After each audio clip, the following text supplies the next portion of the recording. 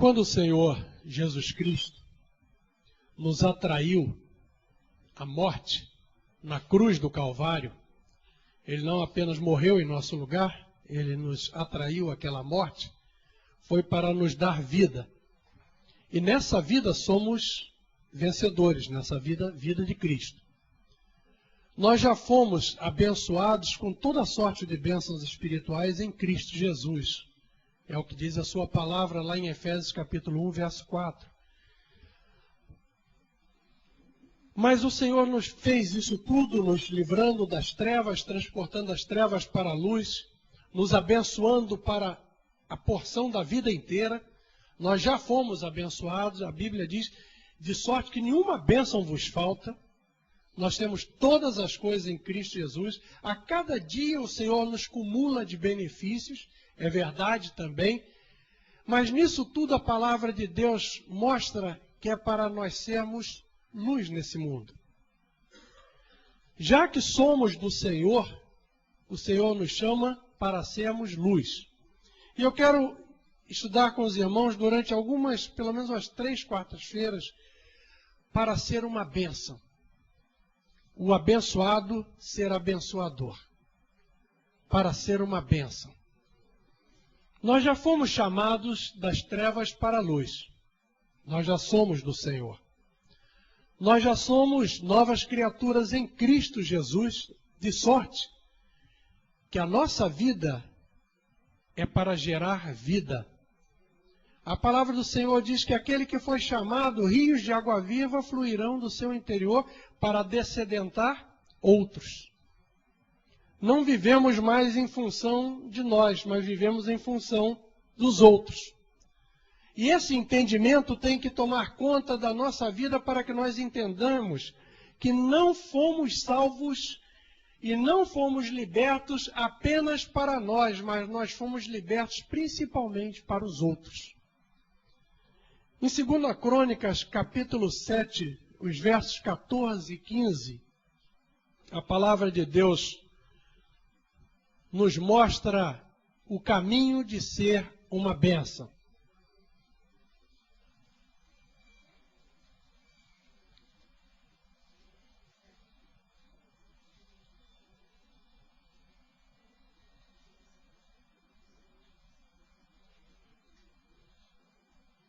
Diz assim essa porção da palavra de Deus, 2 Crônicas, capítulo 7, versos 14 e 15.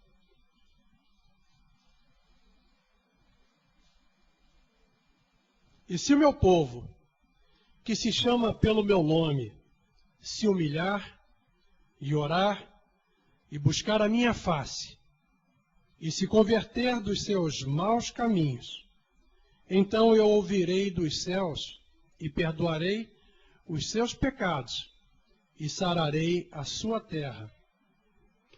Agora estarão abertos os meus olhos e atento os meus ouvidos à oração desse lugar. Ele começa dizendo, como consequência disso, agora estarão abertos os meus olhos e atentos os meus ouvidos à oração não de pessoa, mas a oração de lugar. Quando nós fomos chamados em Cristo Jesus, das trevas para a luz, Ele nos inseriu num corpo chamado corpo de Cristo. Nesse corpo de Cristo, nós oramos em conjunto, e como a palavra de Deus diz assim, se 2 de vós concordarem a respeito de alguma coisa na terra, será feito no céu. Isso é oração do lugar, não oração da pessoa, é oração de concórdia entre pessoas que são já regenerados em Cristo Jesus. Chama a oração do lugar. O Senhor diz assim, a oração do lugar está ligada diretamente à ação do povo desse lugar.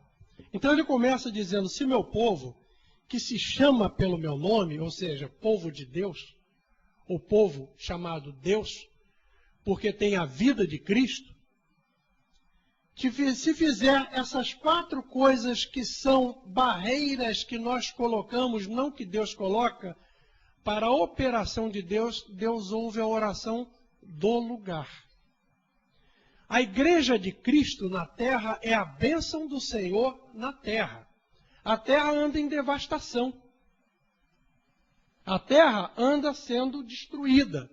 A terra é devastada por causa da ação do homem. E cada vez que nós ouvimos dessa história, nós vamos ver que a terra será mais devastada daqui por diante. Não esperem dias melhores para a terra, porque a terra sofre desde o início a ação de Satanás.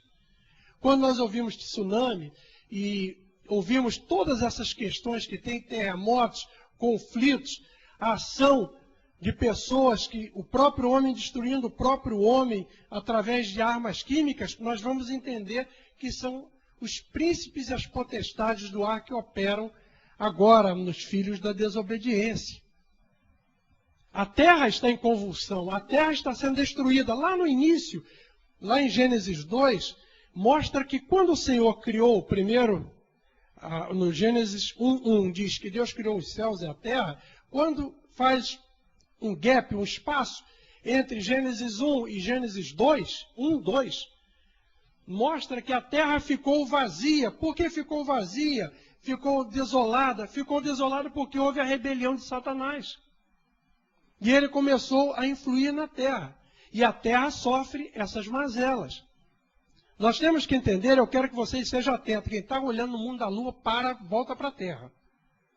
Tem gente que está olhando, pensando na morte da bezerra. Deixa a bezerra morta lá. Fica atento a isso, porque o inimigo não quer que se trabalhe nessa área. Ele quer que a sua mente fique vagando por coisas sem qualquer objetividade. O mundo está debaixo da ação do inimigo. O mundo está em trevas. Nós andamos em trevas. A Terra, o planeta, sofre a ação disso. O Brasil se vangloriou e os governos têm se vangloriado por ter agora vendido, está vendendo, houve um superávit na balança comercial e vendeu muita soja. Mas só que a verdade que o governo está se ufanando disso aí, está esquecendo de dizer que a soja que o Brasil sempre teve em profusão está sofrendo ferrugem. As pragas existem exatamente porque a terra anda em devastação. Essa questão é a questão que está acontecendo no mundo, mas Deus fala assim, o meu povo tem um poder de sarar essa terra.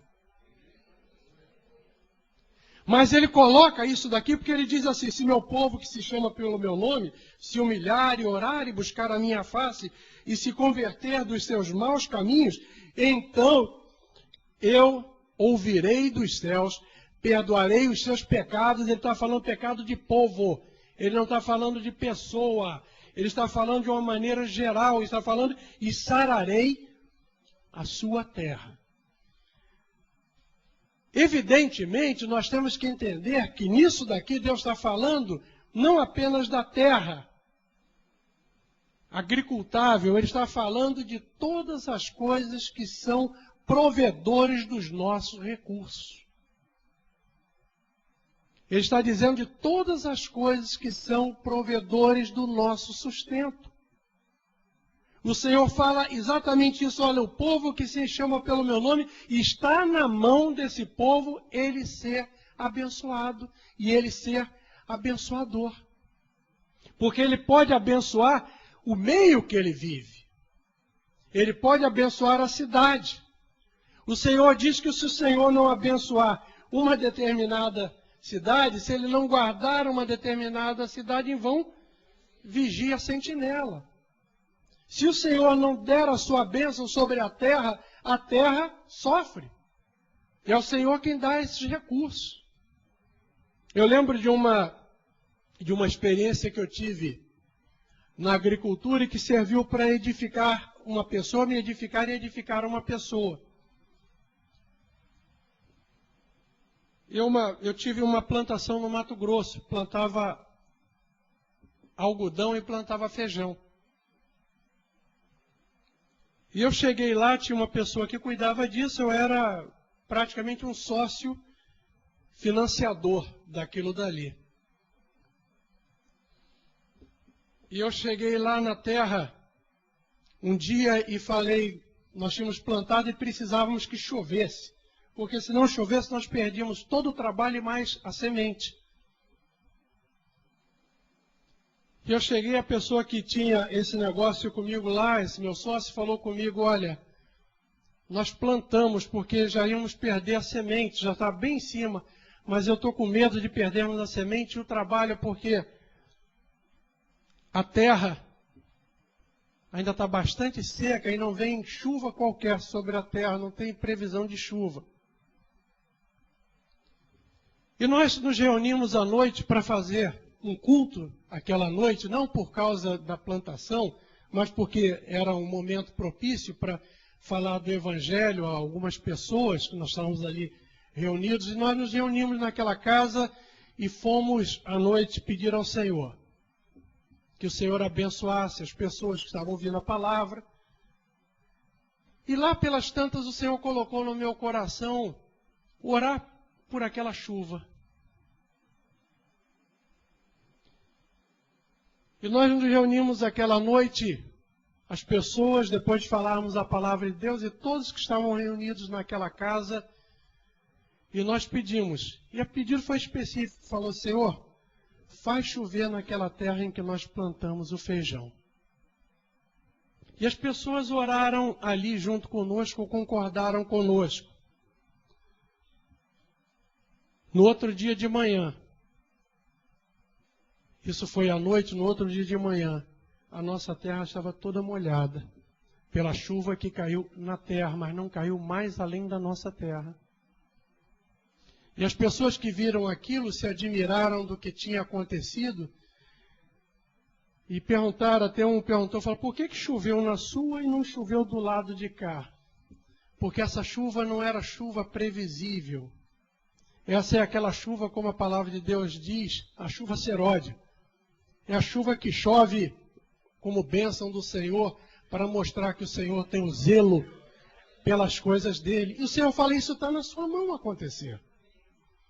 O Evangelho não é uma questão religiosa de uma reunião, o Evangelho é o poder de Deus deflagrado sobre a terra. O Evangelho não é uma história para nós contarmos para os outros, ou para nós termos o comportamento evangélico, é o poder de Deus sobre a terra.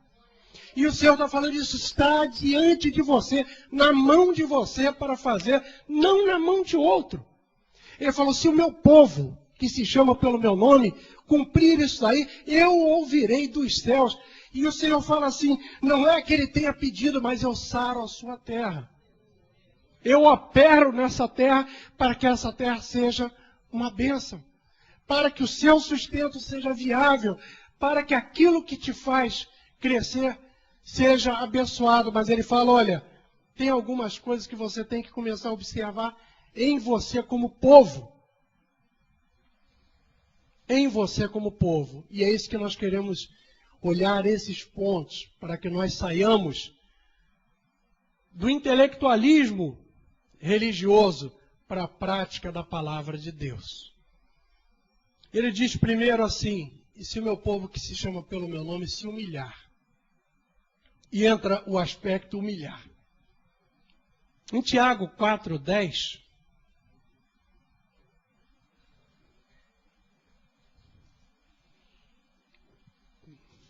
a palavra de Deus diz assim, humilhai-vos perante o Senhor, e Ele vos exaltará. Essa ideia de humilhar, ou essa ideia de humildade, nós vamos ver um pouco mais adiante, não é atitude do homem em ter um comportamento diferente. O humilhar é reconhecer, se humilhar perante o Senhor é reconhecer que só o Senhor pode fazer. Porque dentro de nós tem sempre uma ideia de que nós podemos, nós acreditamos muito naquilo que nós fazemos e achamos que nós podemos muitas coisas que o Senhor já declarou, sem mim, nada podeis fazer. Nada, absolutamente nada. E a palavra de Deus está dizendo assim, olha, quem faz a exaltação do Filho de Deus é Deus. Agora, diante do Senhor, chega diante do Senhor reconhecendo, primeiro que não é meritório. Não, o Senhor não vai fazer porque eu mereço, Ele faz porque Ele ama, porque a sua graça é soberana, porque a sua misericórdia é para sempre. Coloca debaixo dele nessa condição, esvazia o coração da petulância, da arrogância, da soberba, em achar o Senhor faz porque eu também cumpro a minha parte. Ele faz porque Ele é Deus e porque Ele ama. Lá passando de Tiago para 1 Pedro 5,6, ele fala assim, humilhai-vos, em Tiago, perante o Senhor. Ele diz em 1 Pedro 5,6 assim, humilhai-vos, pois, debaixo da potente mão de Deus, para que a seu tempo vos exalte. Ele diz a mesma coisa da exaltação, só que um diz, ele fala assim, humilhai-vos perante o Senhor, e o outro fala assim, humilhai-vos debaixo da mão do Senhor que tudo pode. Essa mão pode. Humilhai-vos perante a mão que pode fazer. Humilhai-vos perante o Senhor que pode todas as coisas. Uma das coisas que nos faz humilhar diante do Senhor é reconhecer em primeiro lugar que o Senhor é quem faz, que o Senhor é quem pode. E que todas as coisas são feitas por Ele, para a glória dEle, e toda a honra e toda a glória deve ser dada a Ele.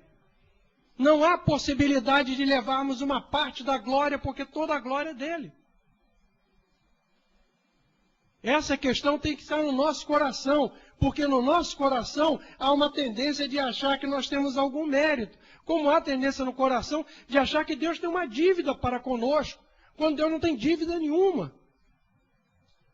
A nossa questão diante do Senhor é essa. O Senhor não tem que fazer nada por mim, Ele faz por mim por causa do seu grande amor. Ah, porque eu nasci, porque eu fui criado, é essa mentira. Deus não tem qualquer dívida comigo. A reprodução é uma capacidade que o Deus fez, aquele que Ele criou, que é Adão e Eva, e falou, olha, você se reproduz. E toda a reprodução do homem foi depois da queda, debaixo do domínio de Satanás. Então, se tem que reclamar alguma coisa, fala com Satanás. Porque a geração perversa que foi criada debaixo da ação de Satanás, do domínio de Satanás. Então, a humilhar é reconhecer e falar, olha, Deus não tem qualquer coisa comigo, Ele não tem qualquer dívida comigo, Ele não tem qualquer obrigação comigo, mas eu reconheço que Ele faz isso por mim por causa do seu amor. Ele não precisava, Ele podia me ignorar por completo, estava certo. Dificilmente você encontra alguém que no meio humano tem essa concepção. Sempre a pessoa se acha injustiçada em relação a alguma coisa. Quer ver um exemplo entre os filhos? Um filho considera que porque o outro ganhou isso, ele tem que ganhar igual. Não tem. Por que tem que ganhar igual? Ah, porque eu também sou filho? Não. O fato de ser filho não faz com que ele tenha que ganhar a mesma coisa que o outro. Tanto é que quando o Senhor fez a regra ao povo de Israel e colocou uma lei, quem levava tudo era o primogênito. Ele levava tudo, o resto ficava chupando o dedo. Tanto é que aquele que chegou para Jesus, em vez de reconhecer a bênção do Senhor, falou, Senhor, fala com o meu irmão mais velho para dividir as coisas dele comigo. O Senhor falou, não tem nada que tratar desse assunto, não. As pessoas se acham no direito. E às vezes nós nos colocamos diante de Deus achando no direito. E não há direito, há graça. Essa é uma atitude que tem que dominar a nossa mente. Por que o Senhor faz por mim? Porque Ele é bom e eterno a sua misericórdia. Acabou. Fim de conversa. Ah, o Senhor, eu me revoltei com Deus. Para com isso. Para com isso, reconhece que nada tem direito. Eu tenho direito a absolutamente nada. No entanto, o Senhor, por causa do seu grande amor com que nos amou, me deu todas as coisas. Mas o mérito é dele. A glória é dele. A obra é dele. E eu nessa história, eu sou um felizardo.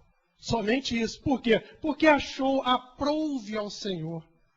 Foi da vontade de Deus amar a quem o renegou. Amar aquele que era mais miserável. Por isso ele agiu com misericórdia. Até a própria palavra de Deus diz assim, a razão de não sermos consumidos são as misericórdias do Senhor que se renovam a cada manhã. Então essa questão de humilhar perante o Senhor é esse reconhecimento no nosso coração. Isso é exercício. É exercício. Porque sempre estamos achando que somos alguma coisa. Sempre estamos achando que somos o xodozinho de Deus. Há um engano religioso disso, que começa até a cantar, você é uma pessoa importante para Deus. Aí o outro já diz, então você diz para Deus fazer porque há alguma coisa para você. Determina que Deus faça. Não, Senhor. Clama a mim, responder-te-ei, anunciar-te-ei coisas grandes que você não sabe, mas é clama. Clamar é pedir. Clamar é se dobrar diante do Senhor e falar, Senhor, eu quero o Senhor. O resto é detalhe, eu quero o Senhor. Eu quero essa comunhão contigo. Eu quero te conhecer em profundidade. Eu sei que as outras coisas vêm para mim por causa do Senhor, mas o meu negócio é contigo, eu quero é o Senhor. Eu me lembro sempre disso aí, de uma cena que eu vi na rodoviária Novo Rio, há muitos anos. E entendi aquilo dali como é interessante o amor entre pessoas. E quanto mais o amor de Deus. Chegou um ônibus daquele do Nordeste com viagem longa. Deve ter sido mais de alguns dias. E chegou aquele ônibus, parou o ônibus ali na rodoviária, eu esperava uma pessoa que vinha do lado oposto, vinha do sul. Eu parado ali, chegou aquele ônibus do Nordeste, e o pessoal desceu cansado, amarrotado. Não devia estar nos melhores cheiros, porque é muito tempo viajando naquilo ali, o ônibus quente, viagem daquilo ali. E eu vi uma moça ansiosa ali do lado. Ainda podia chegar lá e passar e receber perto do ônibus na época, e desceu um homenzinho desse tamaninho, muito feio, muito amarrotado. E ela saiu correndo quando viu aquele homem de figura feia, amarrotada, descabelado, assim, o cabelo todo estranho. Ela foi correndo nele, abraçou e falou, pai. E começou a abraçar aquele homem. Eu falei, meu Deus, que saudade que ela devia estar. Que vontade de abraçar aquele pai. O pai, no meu conceito, era um baixinho mal ajambrado, todo amassado, mas no conceito dela era o melhor presente que ela podia ter. Isso é o amor de homem. A palavra de Deus mostra o amor de Deus por nós muito maior do que isso. Ele falou, vocês sendo maus, sabem dar boas coisas a vossos filhos, quanto mais o vosso Pai Celestial. Quando eu chego diante do Senhor, com o coração me humilhando diante do Senhor, não é uma atitude, mas é um coração dizendo diante do Senhor, Senhor, Tu és o meu Pai. Eu tenho o Senhor, eu não preciso de absolutamente mais nada do que o Senhor. Essa é a consideração quando a palavra de Deus diz, olha, humilhai-vos diante do Senhor. Em contrapartida a isso, existe uma desgraça na vida do homem chamada soberba. E a palavra de Deus mostra que a soberba é uma obra da carne. E vem do sistema do mundo. Na vida da nova criatura, a soberba é o resultado da falta de conhecimento de Deus e a vida sem temor e obediência a Deus. E às vezes as pessoas se ensoberbecem até na palavra de Deus. Sei muito. Sabe nada. Oco, vazio. Coco sem água. Chacoalha não dá nada, mas tem a impressão que sabe. lá em 1 João 2,16, mostra que isso é uma das coisas do mundo.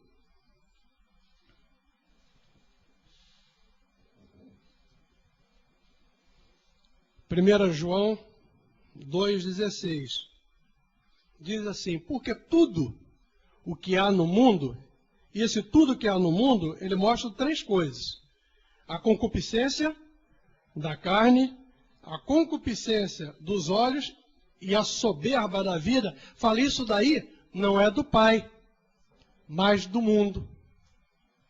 E se há uma coisa que as pessoas, principalmente depois de tomarem algum conhecimento, ainda que pequeno, começam a ter a soberba, começam a se achar o tal.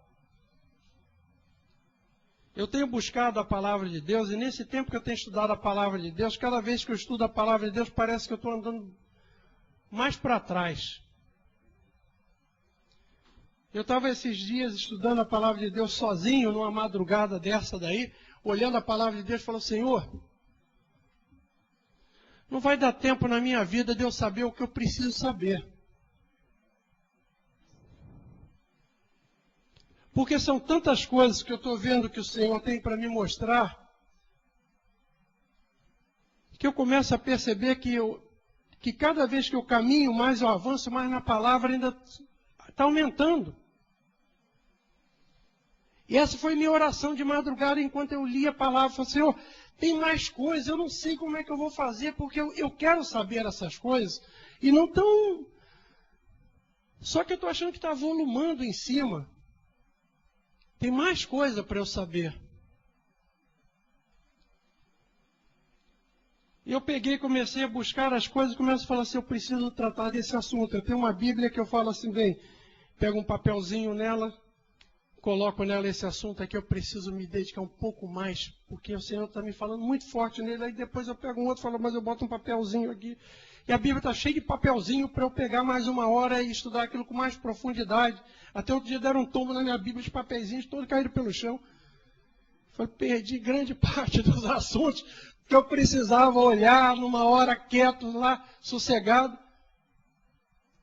Uma das coisas que Deus vai mostrando, que a soberania, a capacidade, a grandeza de Deus é tão grande e nós somos tão pequenos, que começamos a olhar e falar: Senhor, eu sou muito menor do que eu estava imaginando, eu estava me achando grande. E a palavra de Deus fala: olha, essa soberba é a desgraça da vida do homem. Achar que ele é alguma coisa, ou que ele sabe alguma coisa. Eu vi uma vez um homem, até um homem de Deus, coitado, na infelicidade dele, dizer assim: eu sei tudo da Bíblia. Ele quis dizer que ele sabia a história bíblica, ele sabia toda a história de Josué, de Moisés. Ele sabe.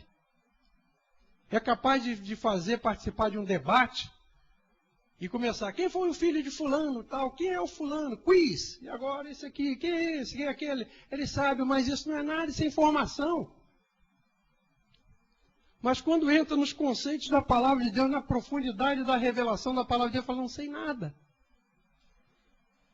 Porque Deus é muito maior do que isso. E as coisas que nós vemos, o próprio apóstolo Paulo disse, nós vemos como um espelho em enigma. Ainda é encoberto isso para nós.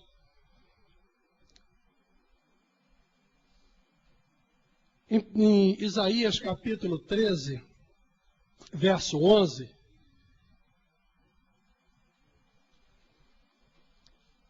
a palavra de Deus fala assim: Deus não lida bem com essa questão da soberba. Não lida bem. Quando eu vejo a pessoa se ensoberbecendo, eu já vejo: esse aqui não está bem com o Senhor, não está buscando o Senhor corretamente. Está inchando a cabeça de intelectualismo, mas não está vivenciando, não reconheceu ainda o Senhor. Diz assim: e visitarei sobre o mundo a maldade, e sobre os ímpios a sua iniquidade, e farei cessar a arrogância dos atrevidos, e abaterei a soberba dos tiranos. Pode falar: não, mas está falando de governo. Não, está falando da ação do homem, a soberba que ele tem. Se nós passarmos lá de Isaías 13, voltar um pouquinho para Provérbios 8, verso 13. O Senhor diz assim, olha, temor do Senhor, o que é temor do Senhor? É consciência da presença contínua do Senhor. Mas diz assim, o temor do Senhor é aborrecer o mal e a arrogância, a soberba e a arrogância, e o mau caminho e a boca perversa aborreço. Então o temor do Senhor é aborrecer o mal, a soberba. O que a Bíblia fala a respeito do que acontece com os soberbos? Ainda em Provérbios 29 e 23,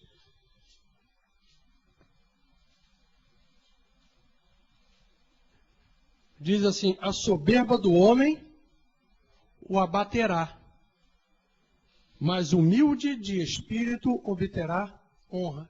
O ser humilde de espírito, que a palavra de Deus está dizendo, ele está usando o espírito do homem, é reconhecer Deus.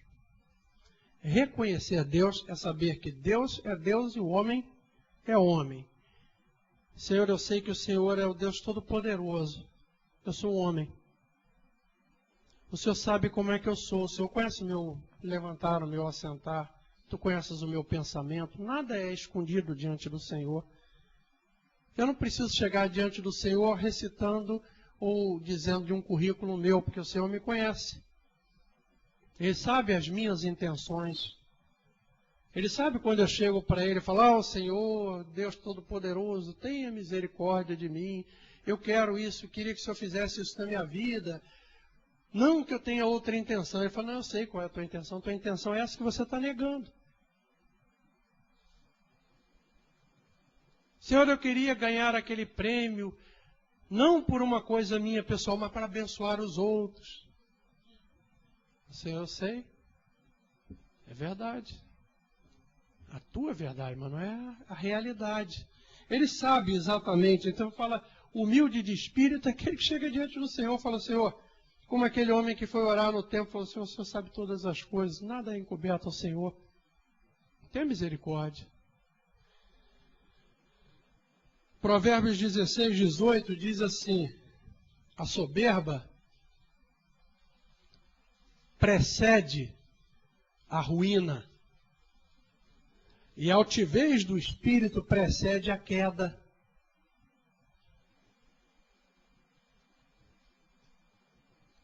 O sujeito vai aprendendo a palavra de Deus, por isso eu tenho falado, irmãos, quando Deus revelou para você a mensagem da cruz, não é para ser soberbo e nem achar alguma coisa dos outros. Não é para ser condescendente com aquele que prega mentirosamente ou enganosamente, mas é para ter o coração suficiente, amoroso, para explicá-lo a respeito daquilo. Para falar a palavra para aquilo e não para ser um instrumento de soberba. É para o contrário. Cada vez que nós crescemos no conhecimento de Deus, em vez de haver soberba em nós, deve haver humildade ao Senhor. Revelou, Ele teve o amor suficiente, a graça suficiente de me revelar. A mim, nada. Eu me lembro bem dessa passagem que aconteceu com o pastor Antônio Abuchain, que eu gostava muito de ver, às vezes, as atitudes que ele tinha. Vida de Cristo na vida de um homem que crescia no conhecimento de Deus. Mas quando eles pararam no porto, vindo com um barco, ele começou a apresentar as pessoas dando título. Esse é o doutor fulano, esse é o doutor fulano, esse aqui é o chefe lá, não sei o que, esse aqui é o assessor do prefeito, esse aqui é não sei o que, e eu sou nada. Apresentação, título dele, nada, eu sou nada. Mas ele aproveitou o ensejo, a bola quicou na frente e falou, mas Cristo é tudo. E começou a falar com aquele policial que eu indagava, vendo aqueles homens barbados de andar vários dias dentro de um barco, pregando o evangelho, está achando que aquilo ali era até traficante, né? Um contrabandista. Ele apresentou todo mundo e falou, mas eu sou nada. E uma vez conversando sobre isso com ele, eu queria ver se aquilo nada dele era uma história apenas de contar. Ele falou, eu cada vez chego à conclusão que eu sou menos. conversando particularmente, falando, sabe, de uma coisa, eu vejo que, quando eu vejo a grandeza de Deus, eu vou diminuindo. É isso que aconteceu com João Batista. João Batista falou, importa que ele cresça, e eu para baixo, diminua. Até porque ele vai ser exaltado. Entenda bem isso, o que é ser exaltado pelo Senhor. O Senhor falou que João Batista era o maior de todos os profetas. Não houve ninguém aqui na terra maior do que João Batista. Quem falou isso foi Jesus. É o maior de todos os profetas. Mas, no reino de Deus, o menor no reino de Deus é maior do que João Batista. Sabe por que é menor no reino de Deus? Porque lá ele é exaltado pelo Senhor. E quando o Senhor exalta, ele põe lá no alto. Por isso o Senhor fala assim, olha, não fica se exaltando, não banco besta agora não. Eu sou tal, sei tudo. Conheço tudo. Sou bom. Não ouse, porque você sabe quem eu sou. O Senhor fala, esse é bestão. Usando um termo bem popular, esse é idiota. Baixa. Porque aquele que se humilhar será exaltado. E exaltado pelo Senhor dessa maneira. O menor no reino do céu é maior do que João Batista, que o Senhor disse que na terra era o maior de todos os profetas. Por isso que a palavra de Deus diz que essa autoexaltação não leva a nada. Diz assim, Mateus 23, 12. E o que a si mesmo se exaltar, será humilhado. E o que a si mesmo se humilhar, será exaltado. Exaltado por quem? Pelo Senhor. E não podemos esquecer do texto que nós estamos lendo, dizendo assim, se o meu povo, que se chama pelo meu nome, se humilhar. Ou seja, ficar debaixo da potente mão do Senhor. Não agir por impulso próprio, não tomar decisões por si mesmo, ficar debaixo do domínio. Se humilhar é ficar debaixo desse domínio do Senhor. O que você vai fazer? Eu vou fazer o que Deus quer. Eu contei já para os irmãos de uma pessoa que Deus usou para me levar a palavra de Deus, que usou muita gente. Quando o Senhor pega uns cascudos, que nem eu era, e que ainda sou em algumas coisas, mas Deus pega aquele ali, tem que bater muito de várias maneiras, porque é muito fechado, muito cheio de si, muito pensando em muitas coisas. E uma das pessoas que ele usou, que foi uma moça, que ela falava de mim, eu falava para ela, falava, mas você não tem personalidade. Tudo que você tem que falar, você fala de Deus, a vontade de Deus, a vontade de Deus, e a tua. Você está anulado, você vegeta. E ela falava, é assim. Mas eu só faço aquilo que Deus quer. E eu tentava persuadir, ficava com raiva, porque eu tentava persuadir e não persuadia. E aí ficava até mais agressivo, dizer, pô, você não é nada, você não tem caráter. Pelo visto você não tem, você não sabe o que faz. Ela falou, não, mas eu sei que meu Deus sabe. E eu levando soco e achando que estava dando.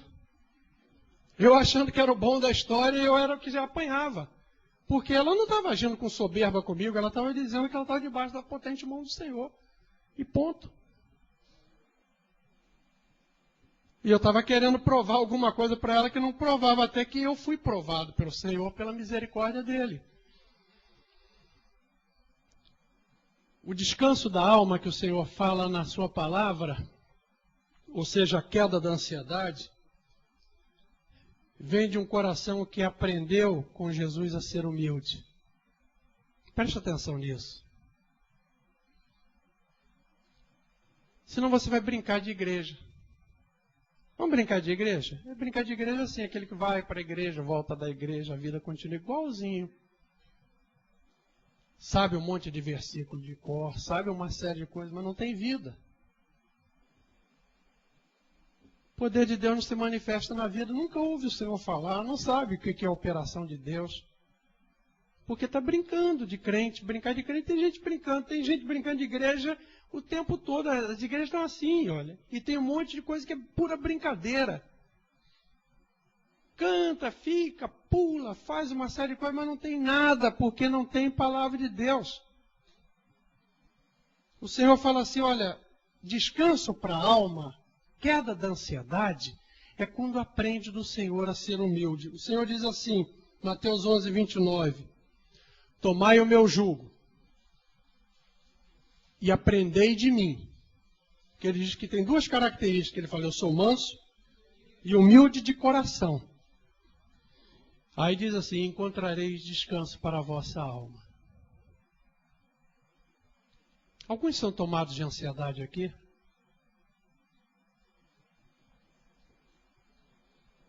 Todo dia. Não tem nada de ansiedade, eu sou ansioso. Cada dia leva essa ansiedade lá no descanso, lançando sobre ele a vossa ansiedade, porque ele tem cuidado de vós. Como é que faz? Todo dia de manhã orou, Senhor, me abençoe esse dia. Toma aí a ansiedade, vai lá, porque senão vai começar a pensar, será que eu vou fazer, será que eu não vou fazer, o que eu vou ter, o que eu não vou ter. Às vezes a gente usa tanta ansiedade, está tão dentro da gente, que a alma está em ebulição, que a gente começa a achar que tudo que tem para nós é muito maior que o dos outros. Até os problemas são muito maiores que o dos outros. Primeiro que o problema dos outros são dos outros, o nosso é o nosso, né? E o que nos incomoda é o nosso. Né? O dos outros pode ser muito grande, mas o nosso é maior porque é nosso. O Senhor fala assim, olha, aprenda de mim essa questão.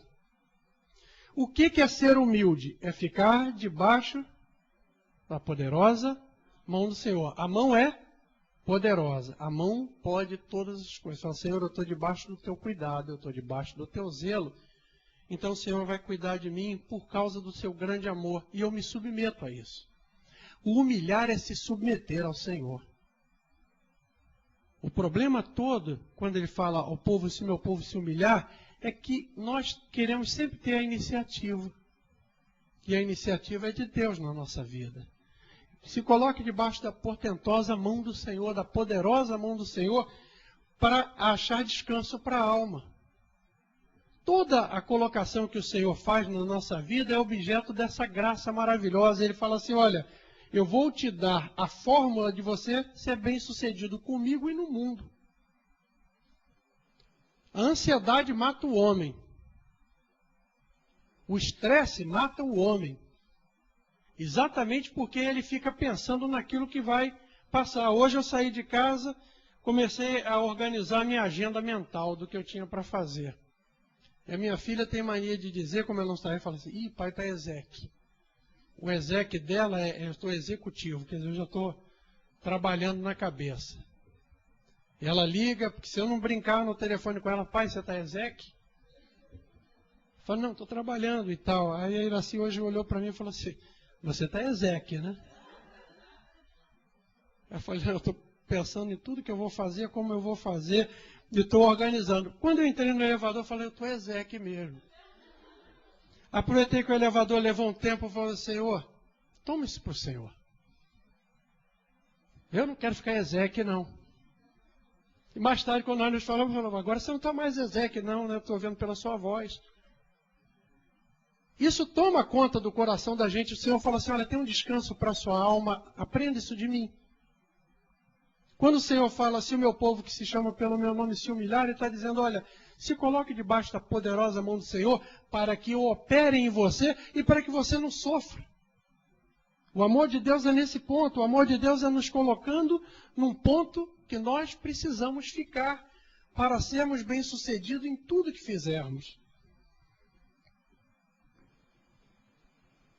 A palavra de Deus lá em Sofonias diz assim, eu acho interessante esse texto, Sofonias 3,12, que o Senhor vai falar, eu vou deixar no meio de ti um povo pobre e humilde. E eles confiarão no nome do Senhor. Ele faz essa figura exatamente. Aquele que não tem alternativa, a alternativa que aparece é essa, né? Por que você escolhe a roupa que vai vestir? Já pensou nisso? Por que você escolhe a roupa que vai vestir? Porque tem mais de uma. A pessoa que só tem uma roupa, como é que faz? Hoje eu vou com a roupa, ela, minha inseparável companheira. Agora, a pessoa que tem muita roupa fala, não fiquei bem, o verão está me engordando, não sei, o verão é horrível. O verão dá suor, não fico bem no verão, eu prefiro o inverno. Aí fica lá escolhendo, eu não sei o que eu boto. Aí bota a roupa e daqui a pouco está a cama cheia de roupa. Porque tem aquele que não tem, o que ele faz? Hoje eu vou com aquela calça, minha companheira inseparável. Se vai lavar, eu fico em casa. Por quê? Porque não tem... O Senhor, quando fala assim, esse povo pobre e humilde, porque ele confia, o resultado de quem tem uma necessidade, está debaixo dessa necessidade, é confiar. É isso que o Senhor fala, o povo que se humilha perante o Senhor é um povo que confia no Senhor, porque está debaixo da mão poderosa do Senhor e sabe que o Senhor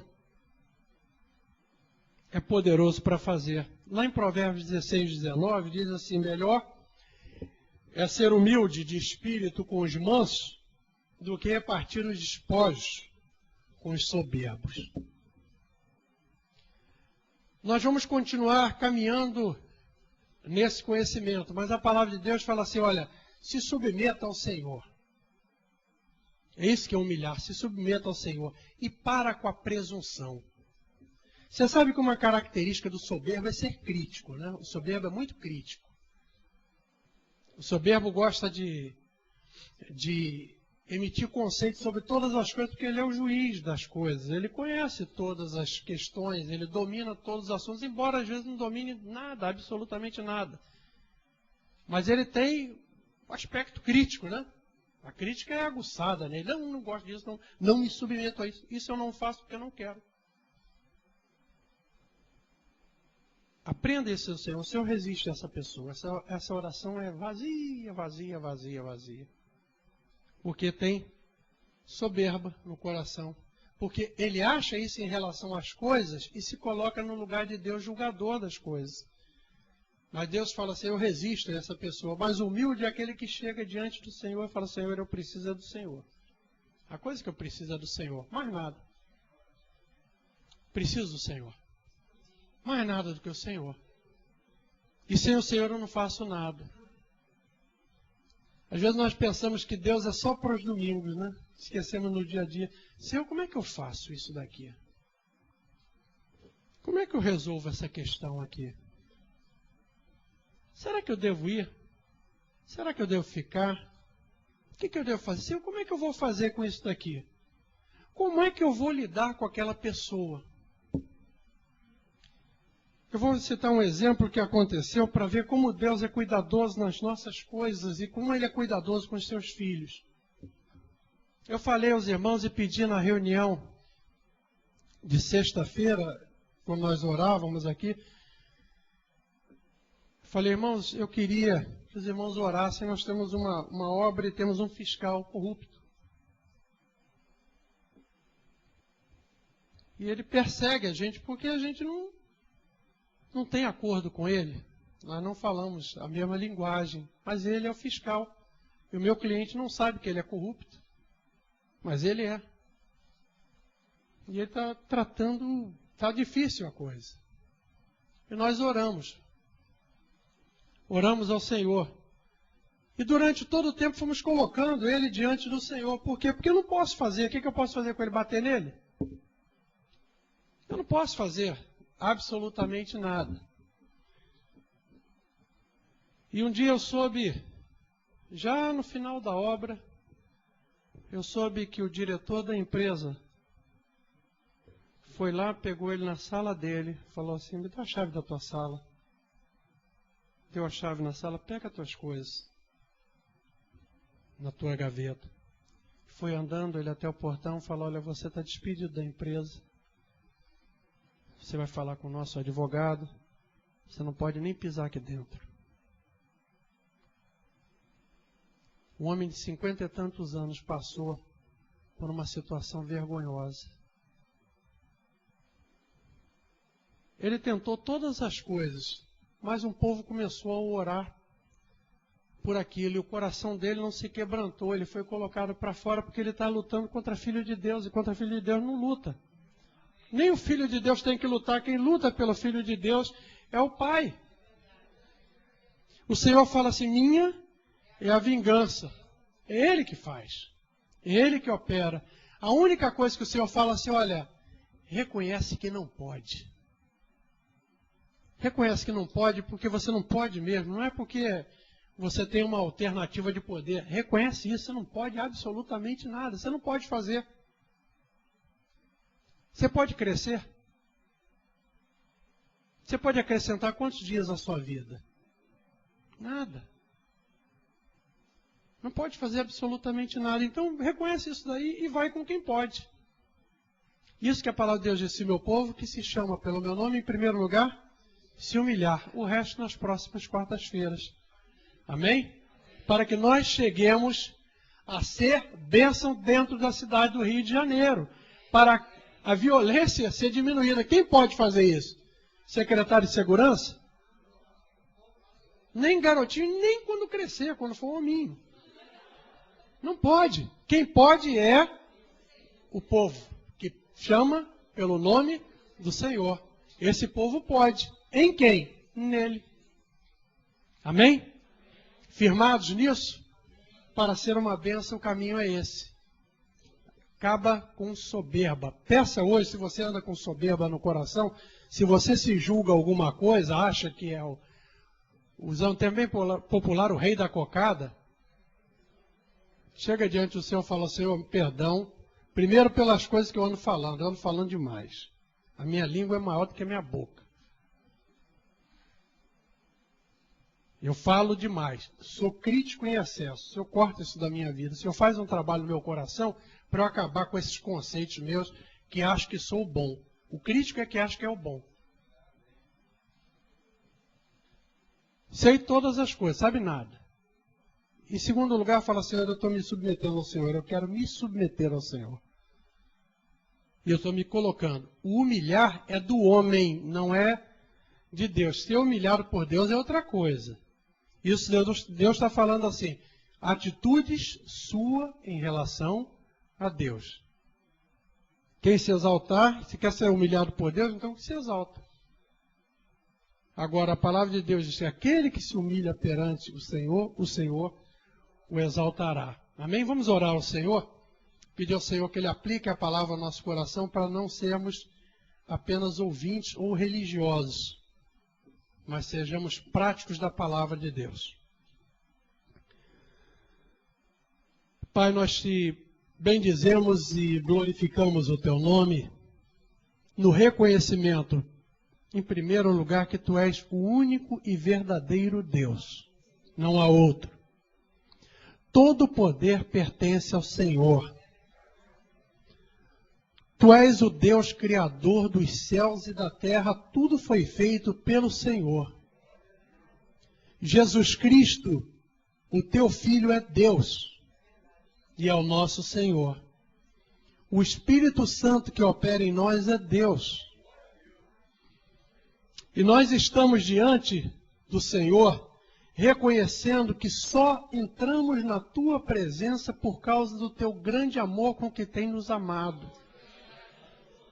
Da obediência do Teu Filho em ir à cruz do Calvário, se humilhando, tomando a forma de homem, e aquele sangue derramado na cruz do Calvário nos dá esse acesso a Ti, de entrar no santo dos santos, na intimidade do Senhor. Ó Pai, nós reconhecemos que isso é tudo obra do Teu amor, da Tua graça. Não há nada aproveitável em nós, a não ser aquilo que o Senhor colocou em nós, que é a preciosa vida de Cristo. Esse tesouro, Senhor, conforme a Tua palavra diz, está num vaso de barro, porque a glória é do Senhor. Eu quero, Pai, te pedir nessa noite que Tu apliques ao nosso coração essa verdade de reconhecermos e nos submetermos ao Senhor. Quebra qualquer exaltação, Senhor. Coloque isso na nossa mente, Senhor, que absolutamente nós não somos nada, mas o Senhor é tudo. E que somos vencedores por causa do Senhor. Pai, faz essa obra santa, porque queremos que o Rio de Janeiro seja sarado. Queremos que o Brasil seja sarado. Queremos que, Senhor, a Tua palavra prospere através de nós. Por isso, Senhor, eu peço ao Senhor que Tu prepares o nosso coração para isso. Glorifica o Teu nome nessa noite, Senhor, mais uma vez, na nossa vida. E quando sairmos, estivermos na nossa cama, dormindo, fala ao nosso coração, Senhor. Em sonhos, em visões, do jeito que o Senhor quiser, mas fala. Queremos ouvir a Tua voz, queremos Te perceber. Guarda cada um, Pai, eu te peço, guarda cada um em seu nome. No Teu nome poderoso, leva cada um em paz para suas casas. Livra do mal, livra dos incidentes que possam acontecer no caminho, nos acidentes, nas coisas do mal que querem flagelar o homem. Glorifica, Senhor, o Teu nome em nós e protege-nos em Teu nome mesmo. Em nome do Senhor Jesus. Amém. Deus abençoe a cada um e dê restos de dia nessa semana abençoado. Sempre glorificando ao Senhor e sempre reconhecendo que o Senhor é quem faz a obra. Amém?